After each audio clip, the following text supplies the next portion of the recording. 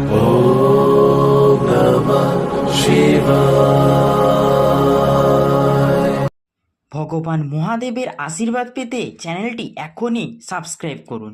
তো আজকে আমাদের আলোচ্য বিষয় হলো সিংহ রাশি। সিংহ রাশির জাতক জাতিকাদের শুভ সময় কি, দিনটা কেমন যাবে এবং কি কি ঘটতে চলেছে এই ভিডিওর মাধ্যমে আমরা পুরোটা জেনে নিব। রবির প্রভাবশালিত উদ্ভাবিক শক্তির ধারক এবং বাহক হলো সিংহ রাশি। মানসিক শক্তির উৎসদাতা সিংহ রাশির জাতক জাতিকাদের মধ্যে থাকে বলিষ্ঠ গাম্ভীর্য।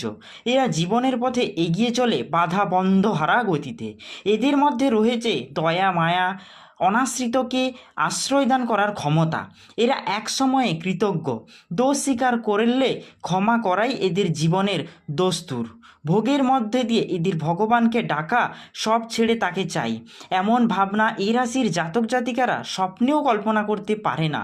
ভোগ বাসনা চরিতার্থ না হলে এদের মানসিকতা নিম্নাভিমুখী হয়ে পড়ে।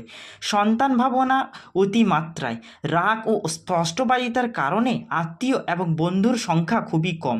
যে কোনো পরিবেশে প্রথম অবস্থায় নয়, পরে নিজেকে জাহির করার চেষ্টা।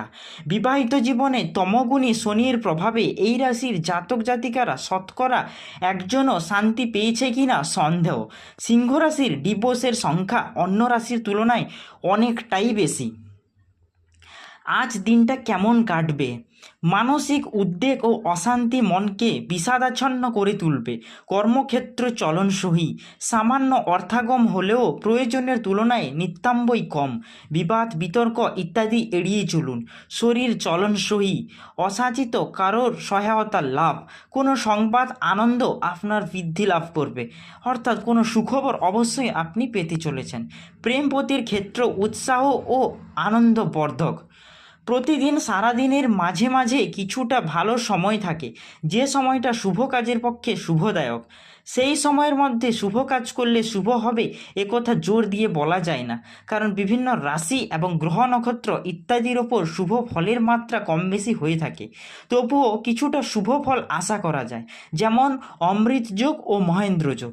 এই যোগে যে কোনো শুভ কাজে বেরোলে সাধারণভাবে শুভ ফলাফল হয়ে থাকে, যেমন চাকরির পরীক্ষা, কোথাও যাত্রা, কোনো শুভ কাজে যাওয়া, পরীক্ষা, বাড়ি কেনাবেচা ইত্যাদি যে কোনো কাজ হলো অমৃত যোগ ও মহেন্দ্র যোগ করলে শুভ ফল পাওয়া যেতে পারে।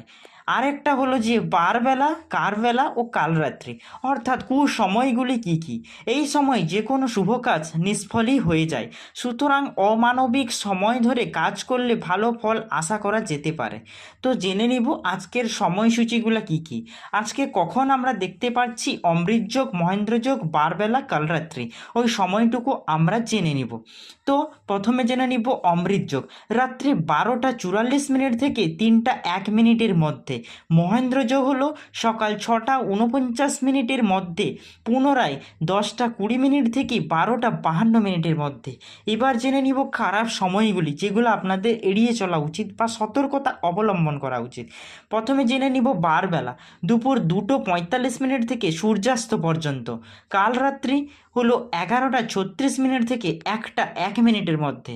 এখানে যে প্রতিকারগুলি রাশি অনুযায়ী করা হয় তা শুধুমাত্র 1 বছরের জন্য। প্রতিকারগুলি আমার মন গড়া কোনো কথা নয়। বিভিন্ন সময়ে ভারতের নানা প্রান্তে ভ্রমণকারী পথচলিত সাধুদের সঙ্গে সময় লোককল্যাণে সাধুদের কথা প্রতিকারগুলি এখানে করা হয়। কি করলে একটু ভালো থাকবেন? প্রতিদিন সকাল থেকে সারাদিনের মধ্যে যখন সময় পাবেন, যে কোনো কুকুরকে যে কোনো খাবার একটু খেতে দিন।